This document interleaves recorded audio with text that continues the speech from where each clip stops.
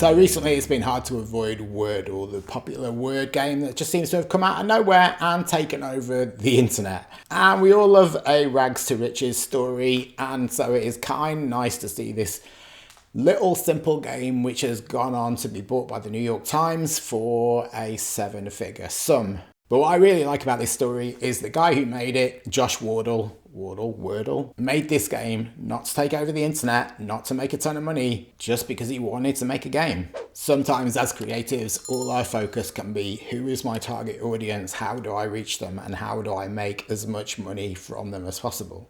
And guess what? That can usually lead to you making stuff which isn't really authentically what you want to be making, because you're not making it for you, you're making it for the people who you think are going to buy it. Wordle came out of Josh's brain because he likes playing word games, his partner likes playing word games, and he's a talented developer, so he thought, right, I'm going to make a word game. And it was basically just for him and his partner to have fun. We all know that most games on your phone have all these notifications and clever ways of bringing you back into the app and keeping you on it for as long as possible. But with Wordle, he never installed any of that because that wasn't his intent. He wasn't looking for a big market. He wasn't looking to get you addicted. He just wanted to make a fun, simple little word game, and that's exactly what he made. And that's why Wordle has taken off, because it is simple and it is fun and it is made for the right reasons. As a photographer or any kind of creative, if you are making things for somebody else and not something that you truly believe in, eventually it's going to show, and that will affect the standard of your work. And as soon as the standard of your work stops dropping, then it's not going to be as successful as you want it to be. If you're making something for recognition or money, then it's going to cloud your decision-making process, and it will just eventually lead to something which is inauthentic and possibly just average. If you get into sports because you want to win a medal, then you're probably not going to be very good at sports, because you have to be passionate about it and you have to enjoy that whole process of improving and pursuing your goals. And you might think that Josh Wardle came up with Wordle just a few months ago, put it out into the world, and boom, it was a success. But actually that's not the case.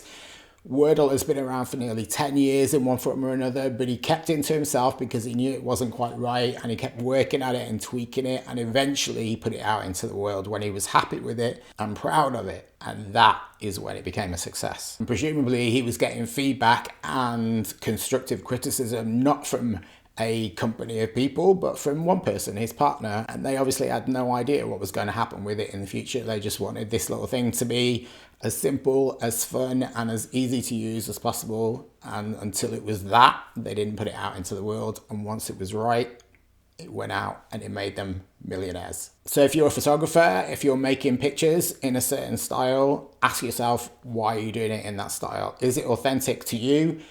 Is it overcomplicated, or is it something that you're putting out there because you think other people are going to like it? As I've said before in other videos, if you like it, there will be other people out there that like it as well. It might not be everybody, but finding those people is the key to success, because then you are making something which is authentic, that you enjoy making, and you find those people that it resonates with. And find one person that you trust to give you good feedback.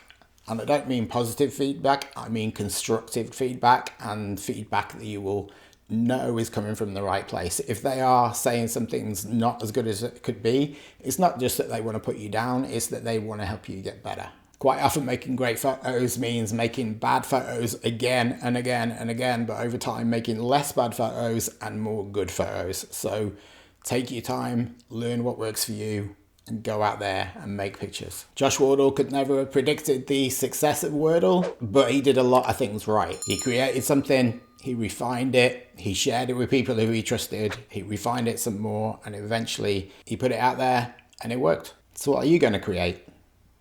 I hope you enjoyed this video. We'll see you in the next one.